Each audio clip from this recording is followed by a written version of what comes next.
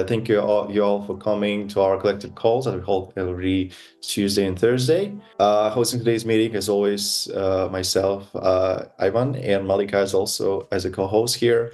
And yeah, as usual, we have four speakers today to present their pitch deck, answer some questions, and all sorts of stuff as well. So yeah, we've got Mantas representing a project called MoniTok.io. Also, Assad, co-founder at Pandemic Coin. Thirdly, Julian, co-founder at the Game Hub, and finally, Afshin, co-founder at Agar. And yeah, without wasting no time, I think we can get going and start with Mantas, yeah? Hello, everyone. My name is Mantas Barauskas. I'm the founder and CEO of a company called MoniTok. So I'll briefly give my introduction and obviously a vision for the company. I personally come from a traditional finance background. I was a part of a family office for over 6 years. At that time, I really had a great chance of meeting various different wealthy families, their companies, in general, people, very successful people, which allowed me to really see their businesses from inside out and understand what type of founder I would like to be in the future. At that same time, from like a second year of my universities, I got introduced to crypto. Always saw huge potential within the industry, wanted to be a part of it. So obviously, as a trader myself, I got into it, went through various different exchanges and spotted this sort of trend, that in crypto, in the market that moves so fast, the newly founders usually think about the pro traders and degens, and everybody sort of seems to forget regular people. So my idea sort of came along to gather my own investments, invest my own money, and build this sort of app-based platform, super user-friendly app-based platform, which would be a nice gateway for retail to come in crypto, learn from our quality content, and obviously have a very, very safe zone for trading. So I didn't waste much time. I started building a base for our team, started working on front end, dealing with licensing because we find it very important. And, in that moment, I had a great chance of meeting this a guy, who I can now call a friend of mine. He's an on-chain wizard. He now controls his own hedge fund that has over 300 million AUM, 320 million euros AUM. He looked at our front end. He was like, guys, we're building something super innovative, super cool. But he had this strange look in his eyes and he was like, but why are you building it on a centralized backend, be more innovative, create like a hybrid model and build it on DeFi, because at the end of the day, the blockchain was created to eliminate intermediaries out of human transactions. And that idea was really stuck in back of my head until maybe three months later, the FTX crash happens. The Celsius goes bankrupt. SEC starts going after centralized platforms, and we as a team spotted a massive upward trend towards decentralized trading and self-custody. So in general, I gathered my team. I was like, okay, guys, if that's not the right time to pivot, then I don't know when it will be. And this is where our hybrid model was born, where we decided to take our user-friendly, feature-rich, front end with the licenses that we hold in Europe and US, which opens us up for global onboarding. The license also allows us to have seamless Fiat integrations with personal IBANs, contact payments, and virtual debit cards. And obviously, we decided to connect all that to a decentralized backend that for now is built on EVMs, so on Ethereum, Polygon, Base, and Arbitrum. We are issuing our users account abstracted self-custody wallets, which means that they're always in charge of their assets, plus they get to pay their gas and swap fees in over 20 tokens that they hold in their wallet. And obviously, we're also a DEX aggregator, so we promote intermediary trading, peer-to-peer trading, and in general, the whole goal became to create this one-stop shop for everything crypto, where we promote self-custody, where we promote peer-to-peer trading, allowing our retail users to trade on-chain without even realizing that they're on-chain. Usually, when we started our project, everyone compared us to Web3 wallets. I took a little bit of offense to that because for me, the wallets are outdated. They're very unfunctional, very not user-friendly, and in general are very, very unsafe, because over 4 scams that I know personally that happened to my ex-clients and people within my circles happen purely through Web3 wallets, and obviously because their whole appeal is in their anonymity. Now the licensing is coming to Web3, so obviously the regulators want the wallets to start KYCing their users, monitor their transactions, and after the wallets lose their whole appeal and anonymity, I guess that's where projects like us come in place. and will take over because obviously regulations will be a big part of it. I would say obviously, as a Web3 business, token became a very important part for us. We have started building our community. We have picked up a lot of traction in third world countries, in Asia, in few African countries. We're not gonna, reinvent the bicycle with our token. We will use models that already work for our competitors within the market. We will allow our users to stake the token to upgrade, to get upgraded debit cards and cashbacks, to unlock premium functionalities and AI integrations, to governance participation, for exclusive access to new token sales, for special trading pairs and promotions, and for VIP customer support.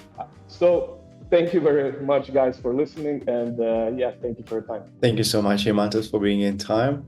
And now to Q&A part. Guys, feel free to ask anything in the chat or just raise your hand. That will be way more convenient. All right, so while we're waiting, let me be the first one addressing the question. So could you tell us a bit more about the token utility and explain the tokenomics in a brief moments? Yeah, so as I just mentioned previously, we will use the models that are already working for our competitors. Obviously, it's a Web3 business, so we view it as a very important part of it. Our community has just picked up. We have over 100,000 followers now on Twitter, over 40,000 followers on Telegram, and around 15,000 on Discord. Everything was done purely organically. We built our own reward system, which incentivizes our users, through different activities within our socials. They're linked to our socials itself, our platform, and our website. And obviously, we are building our strategies for the TG accordingly, obviously not forgetting the post-TG strategies. So as I said, we will allow our users to upgrade, to stake our token, to get upgraded debit cards and different cashbacks. We will allow them to unlock different functionalities within our platform with, different AI integrations that we plan to introduce to our platform. We will allow them to, make decisions on what sort of changes could happen within our platform in the future, and obviously get exclusive content and new tokens, new token sales, when which comes to our platform. And while we're at it, can you explain a bit more about the AI integration? So what will this include? Oh, so most definitely. We are huge believers in AI in our platform. Obviously, I use AI on a daily basis, and obviously for me, it's the future. It's sort of a thing that will give us a leap technologically. That obviously, in early 90s was the internet, and obviously, later on, it sort of seemed that we're stuck at some place. We look at AI as, very, very sort of important part for our platform. We not want AI to come in place, in various different functionalities, because our platform is very functional. We want the AI to analyze the databases and provide our users with token predictions. We want the AI to enhance the security within our platform. We will have a separate space where we'll have debit cards and etc. So we want the AI to help users with their fiat budgeting, so they can track their spending and obviously, maybe make better decisions within their spending. And in general, we'll have, let's say, a pro analytics sector where the AI could analyze users' trading stories and obviously allow them to make better decisions in the future. Thanks for answering. I believe we have a question in the chat. So Malika, will you read that one? Sure. How do you integrate fiat functionality seamlessly with access to over 100 decentralized exchanges? Yeah, so pretty much what we did, we chose a model that Revolut did. We are not, really sort of stuck on building something ourselves. We use the best third-party providers that we can reach in the market. And we try to, combine them into a one platform. As I said, one-stop shop for everything crypto. So let's say, our licenses that we hold in Europe and US allows us to have those seamless fiat integrations. Naturally, if you talk about our main competitors that are Web3 wallets, fiat gets extremely expensive when fiat is touched there.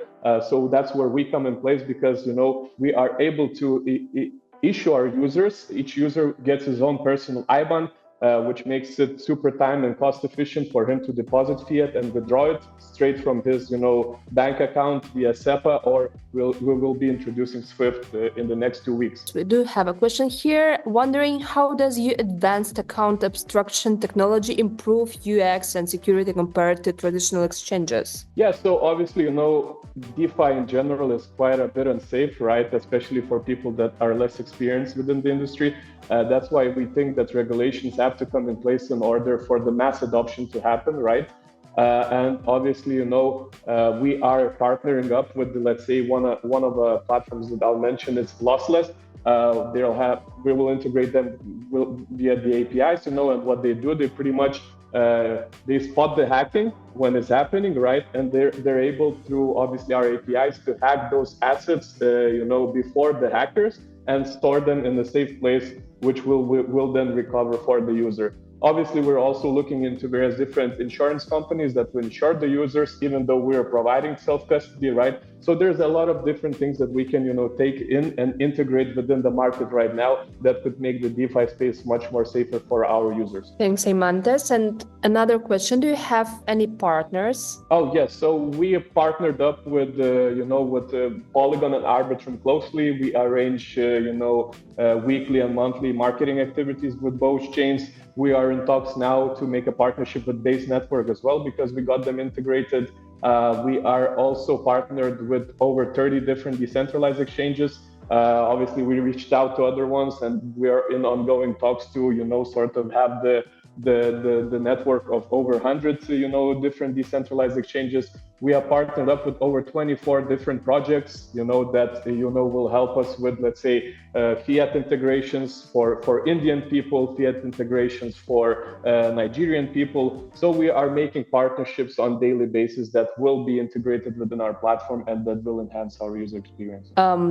Maybe, do we have time? Maybe you can tell us about your fundraising process. Where are you now? How much you've raised so far? Certainly. So I come from a traditional finance sector, right? So my whole vision from the very beginning was quite a bit different from all the Web3 founders. I wanted to invest my own money, gather investment from my own network, build the platform to a certain extent where I can go to VCs, and show them, okay, guys, I'm here for the long run.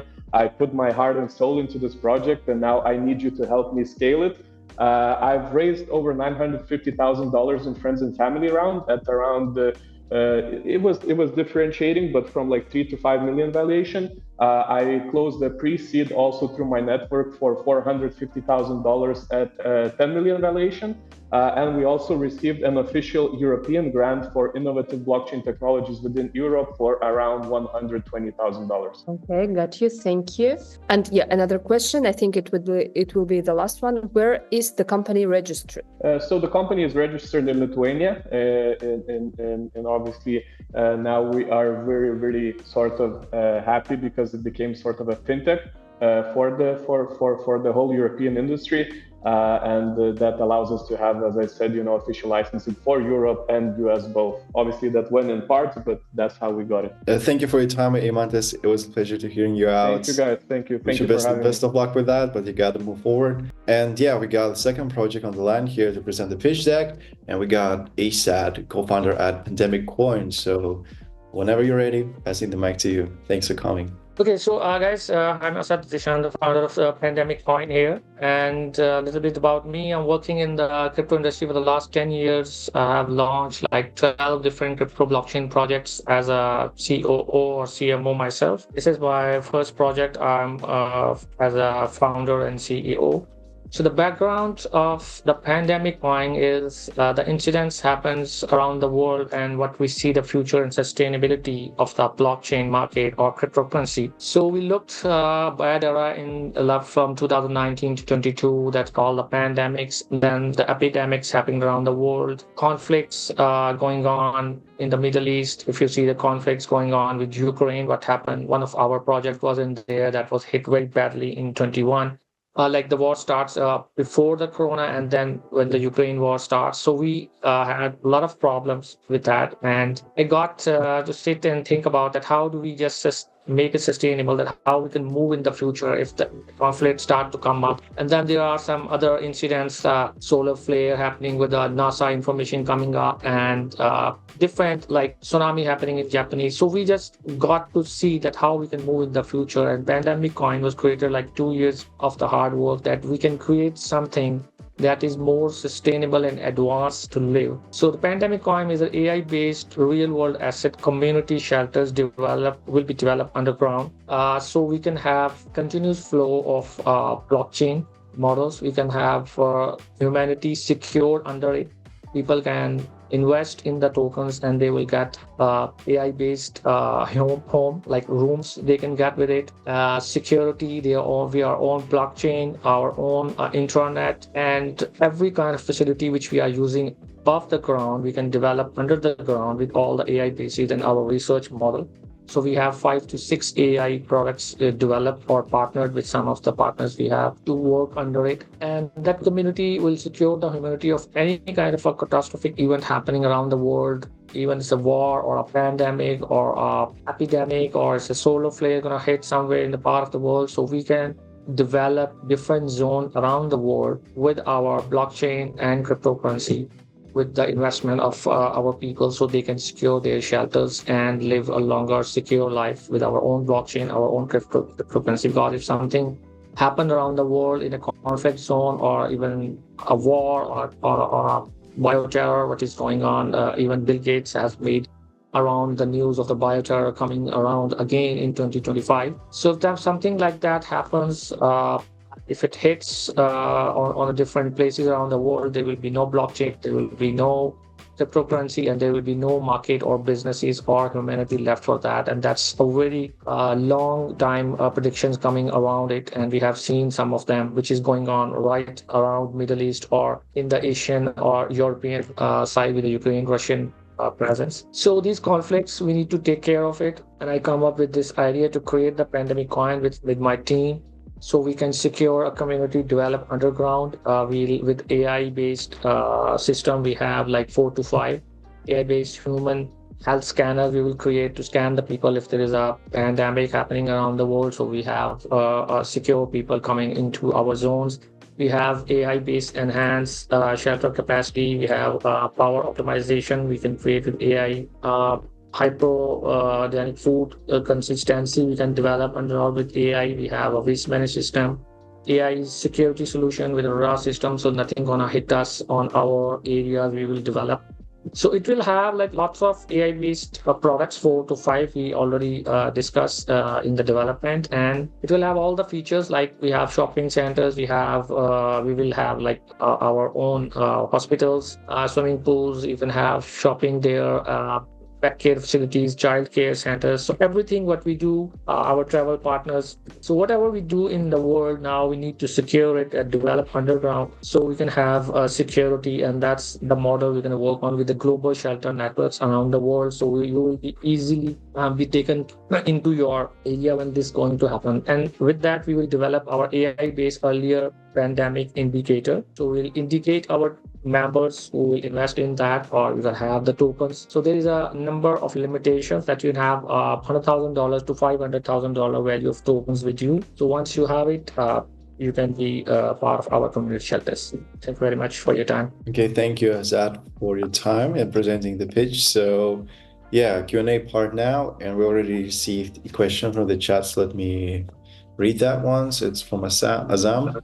Do not think that the name of the project is a bit challenging, since pandemic was not something that anyone wants to remember about or look into the past due to all the restrictions and extra? Yeah, it's very challenging. I'm already facing the challenges with different social sites. So people just blocking some of our content. But the problem is people need to remember the pandemic that happens. So only example we have, because the biggest catastrophic event you can tell the people it's a pandemic, and it's this generation that feels it, that's way with it, and they know that happens to us. People predicted long time ago, but you see that happens to our generation of crypto people. So we need to see, and I need to stick with the name. Even I'm just explaining to that different bodies that hold our content for that, and now they are understanding as soon as we provide them the information, they got to know, okay, what's the reason behind it. Okay, gotcha. Hope that answered the question. Guys, feel free to address more questions to us in text or just raise your hand. Question from the chat first.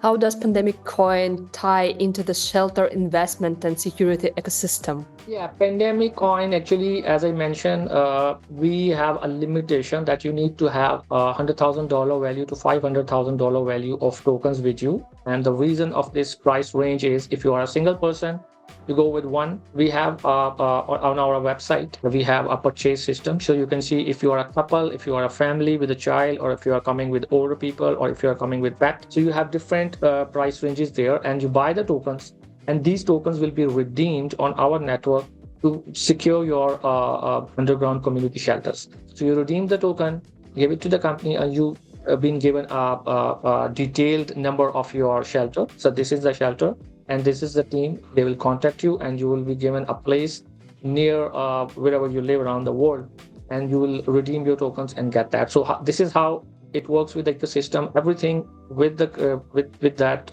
Pandemic Coin attached to like 12 to 13 facilities, as I mentioned, with your underground pandemic secure rooms, AI healthcare scanners, we have security scanners, food vouchers, you have a hospital, we have a swimming pool facility, shopping malls, child care, pet care facilities. So everything which is underground near center that works with the Pandemic Coin. So that's how it works fully around the 12, 13 ecosystem projects.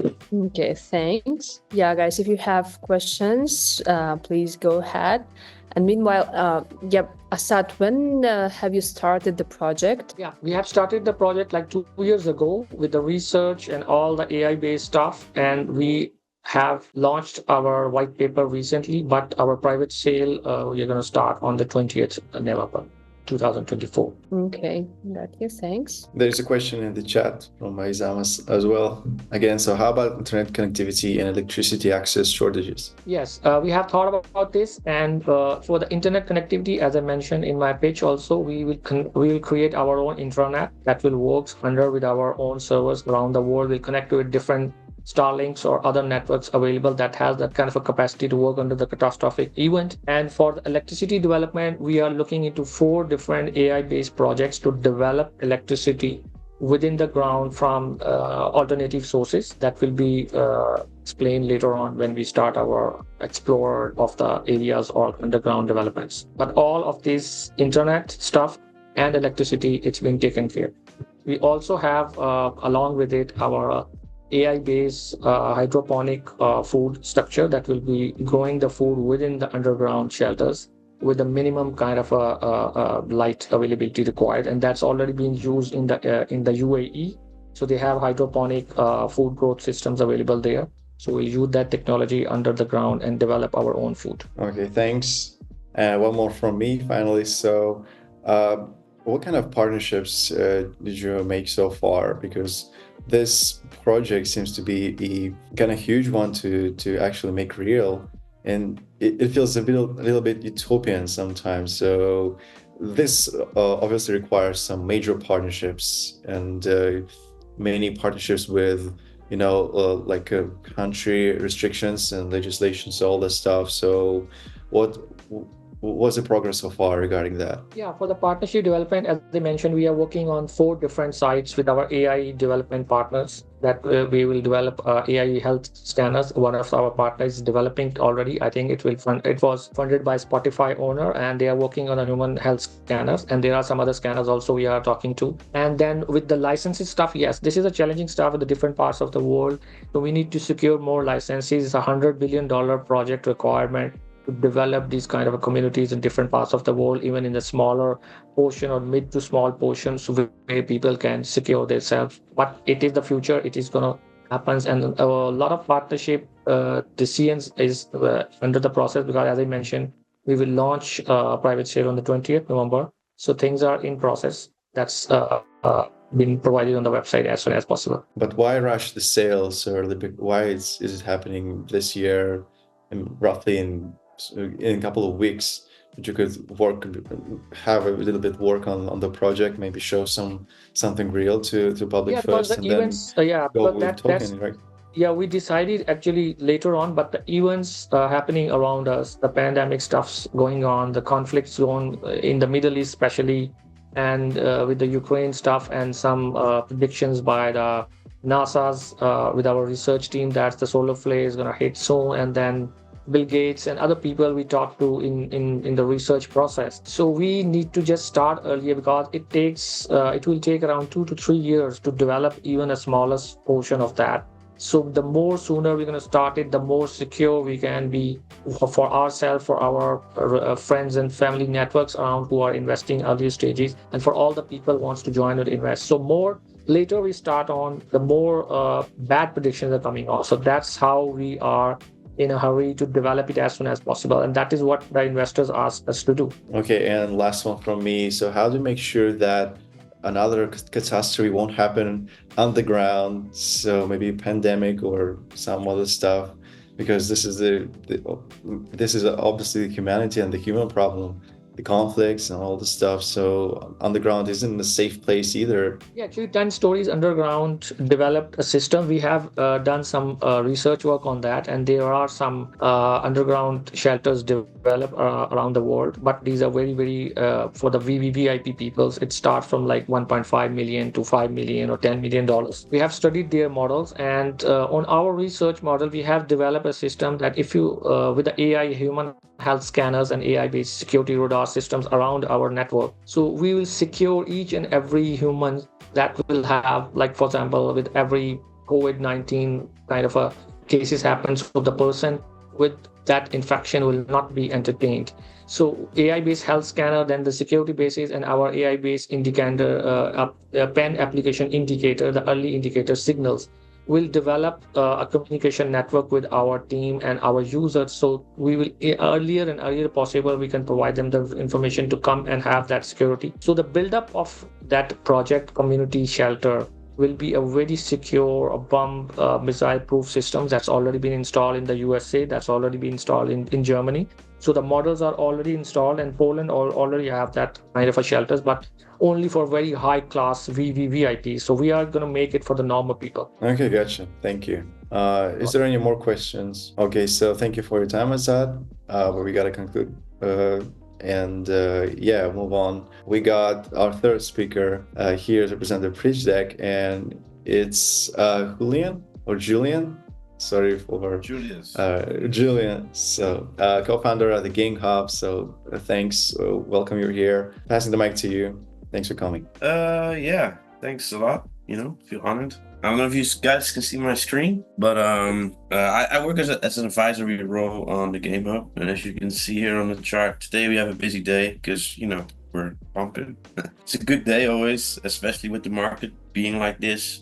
We took a little break from the chain since May to develop a little bit more into our ecosystem, which I'm just briefly going to show. We have a pitch deck on the website, and I don't think it's good to go through all the entire pitch deck right now. I think it's good to find these certain key factors that we have in our ecosystem. Basically, we believe that we have found a way to get our token into the center of it all, it being, all these utilities. You can see a lot of time with DeFi projects is that sometimes. So basically, Gamify is a project where the token is in the center of it all. We've launched already this year in February, April, somewhere. We've booked insane results, but we saw that our success was bigger than we could chew, and we had to take some time off, reinvest into the platform itself. At the time, it was a very basic platform. I think if we just go in a navbar to ecosystem, we've launched almost a month ago now. Today, we've actually made a significant bump. We're back into the millions, which is good.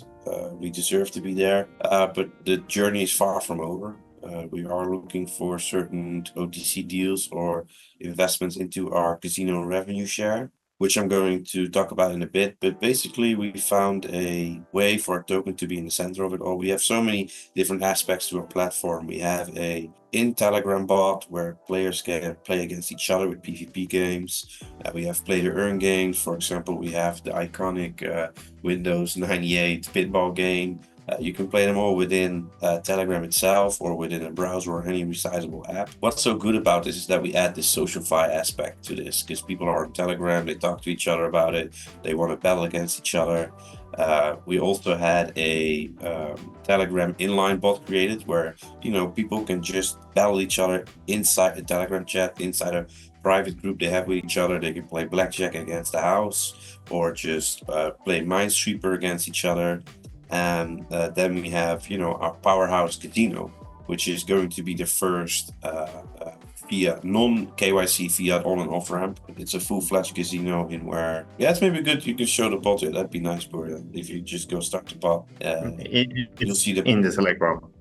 Should I show it inside the Telegram? Okay. But so we offer a full-fledged casino as well for our users. Everything comes together with in the Telegram mini app. We can ask our users to do certain tasks. Promote social media for other projects or our own projects. With this platform, we've secured already many major Web2 partnerships.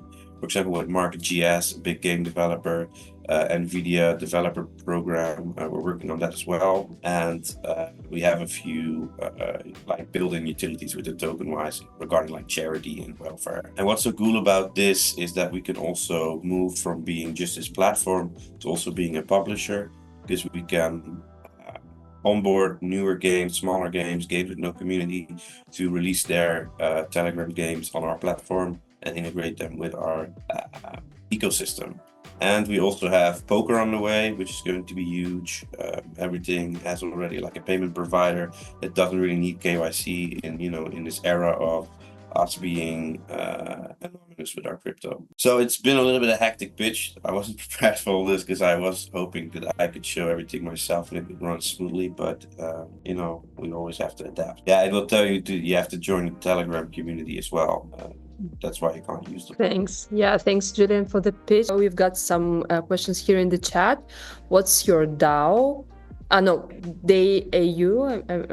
You plan to partner with brands to insert their assets in game or creating a tap game for the brand? So the daily active users, I can actually pull it up right here. We have about, as Fiat briefly shown on the bot itself on Telegram, it shows that we have about 60,000 monthly active users, which is not entirely correct because we also do like these crossovers with other mini Telegram bots.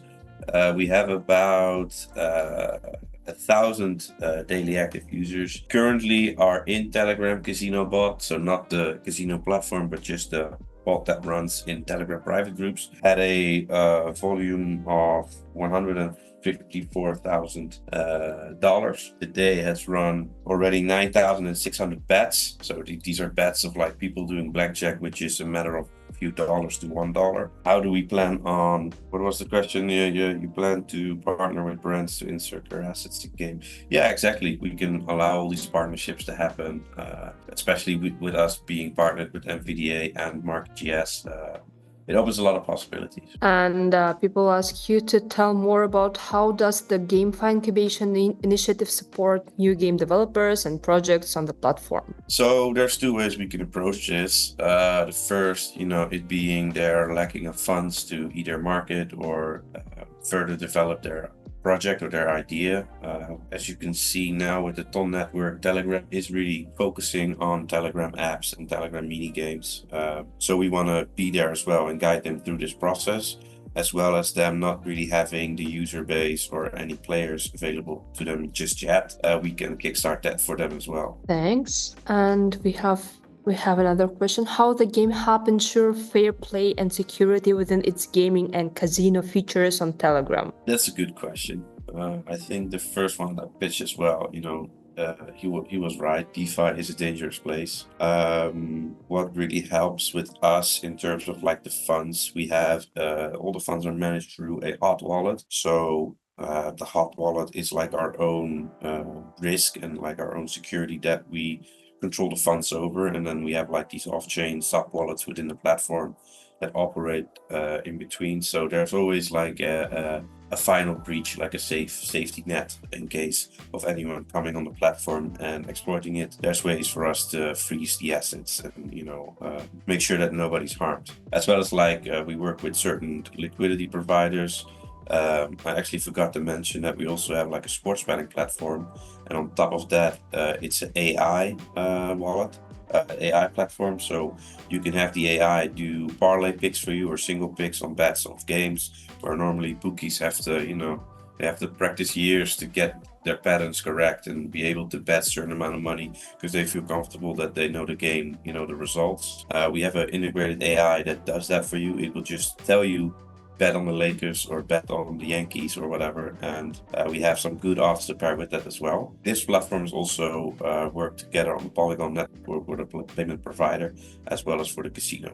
We have a license registered in Curaçao, and we have a license in the States to, for our casino games. And the wallets, no, they don't have to no, because it's within our app, so the wallets don't have a 2FA. The only, it's the user's own securities to secure their Telegram account themselves, which is, I think, in itself is already two-factor authenticated. Thank you, Julius, for your time, and glad you finally made it through the pitch and through all the difficulties and odds. Thanks to Poor, You were able to pull it out, so thank you for that, for your time. And last but not least, we got our fourth speaker today. I believe that there was a switch. So Purya, you were presenting the fourth project. Is that correct? So I just make it quick, and I will be glad to answer more questions with the time we have. We are a Dutch-based company. We've been developing video games for Android and iOS for past decade. And as the Clash is our first Web3 project. So I guess actually it would be good to start with a gameplay video because the game is live right now on the Google Play. So it's a casual farming game, but with the twist that you are a chef of your restaurant. And what's really interesting and different about this game compared to other Web3 games, actually mobile Web3 games, is the graphic and how juicy and really easy for everyday user is to get interact with this and play the game. So we've been creating these kind of games, and we have two major hits on Google Play. Both of them are cooking games, so we are leveraging this knowledge and experience we get over there to bring it in the Web3. So the game just was pushed into the Google Play for testing purposes and getting the KPIs for the first month. A little about our market positioning. I guess you saw at the start of the trailer that the game is going to be launched on Immutable. There's a reason for that.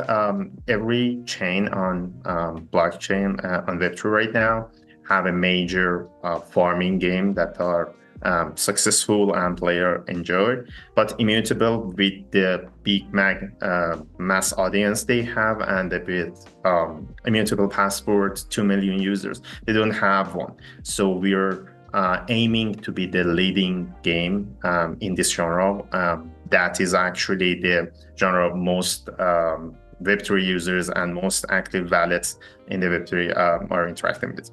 We also, beside the game, we also offer a new approach to rewarding players inside the game.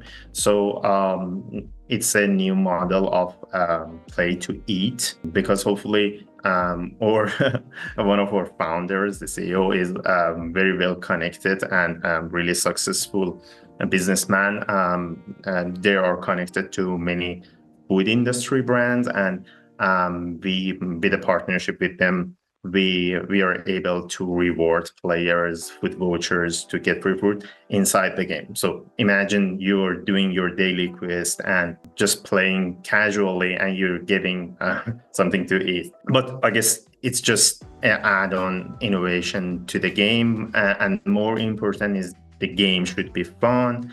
As I said, with the experience on the previous games, and with the graphic visuals and how the game is differentiating itself from others on the Web3 gaming side, we have the potential to, I guess, attract some users, and especially users that might come inside the Web3, the mass audience, and things like that.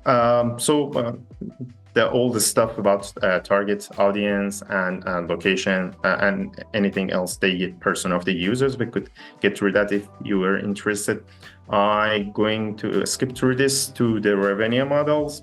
So we absolutely trying to have the typical revenue models that Web3 games use, such as NFT sales. We have different collection inside the game. So in the economy of the game, all of these are thought about and ready, but we are not launching anything on chain right now. We are at the stage of getting feedbacks and understanding that game is something that users love. And also, more important, that NFTs are the token, the ZIP token that is the native token we are planning to use in all of other games we're going to develop. So it's a currency to power the whole games we are building. But one thing that everyone, I guess, know here, that market is not safe and everything could go south at any stage. So we are trying to also use the streams we have, for example, the VIP purchases and this kind of stuff inside the game. Okay, so the rest of presentation is about our tokenomics and milestones we reached. So respectfully with the timing, I guess I'm gonna stop this, and if there is any question. I have a question. Can I go with it? Go ahead. Yes. Yeah, so what is the reward model structure as per the user designed in it? Because we are not on a blockchain or like any chain. So what is the reward structure within respect to the cryptocurrency? So inside the game, there are a gacha system that people are going to purchase and get, but also, as I said, inside the game, people could get rewarded with their food vouchers. But next year, that hopefully will launch our token, with doing the inside game quest, you could get rewarded our native token. So at the first stage, I guess maybe in a couple of weeks or months, we are going to launch the game on testnet, and an airdrop campaign will be available for users to try out the game and farm it. So in the future, these people could get rewarded. Okay, so it's in the future structure. So currently, what is the investment requirement for the project, and where you're going to use it? So most of the investment is used in development side of the game and marketing to bring the users, try out anything that I said, to make sure the economy and everything working fine, and also to scale the game, build the game for other platform, advertise it. So most of the money is going in the game creation side, I guess. Okay, thanks. And thanks for your questions, Assad. We have some questions here in the chat. How do you handle the challenges of scaling real-time multiplayer gameplay across millions of users? We have already created a multiplayer games, but inside this game, similarly to Pixels, we done a real deep dive research on our competitors. For example, the Pixels, there are different kind of words that is created. So all the players are not inside the same server, and this just helps the project to manage everything and not crashing, but getting a lot of users. But based off the game we have right now, I guess some part of the gameplay is not happening in the real-time multiplayers. So this challenge is not really a huge problem for this project. Thanks. And another question, like the project concept, what future updates or features are planned to keep long-time players engaged? So most of the features, I guess, are again concentrated on making the game actually good, because that's the thing. When we got into the Web3 and saw other games, is lacking. So a lot of mini games, a lot of interaction inside the game, making the game broader, available in different platforms, and also adding story missions, adding more characters, interaction with other communities. But again, this is really important to just use these updates to make the game better product inside just hyping your social media, I guess. And all the details about our roadmap is also available. So I guess. Okay, thanks. Yeah. Meanwhile, we are waiting for more questions. Could you explain us about your about the money? Where did you get the money, and are you planning to raise more? Yes, so our company invested a portion of inside the game to make the MVP, the prototype, to try it out, and also very small investment from family and very close friends that were interested in our business. But right now we are getting in the first stage of raising investment for the game. I guess bootstrap until now. That's the sum of it. Okay, thanks. A question here: what design choices helped Agar.io achieve such massive popularity and player retention? Okay, so it's just having an easy to understand and hard to master game. So player can get inside the game, enjoy farming, just creating different dishes. But as you play more, you see that there is a lot more to unpack. And this kind of approach just makes the game hook the player at the first stage and continue to expand other horizon and other feature and mechanics that they have.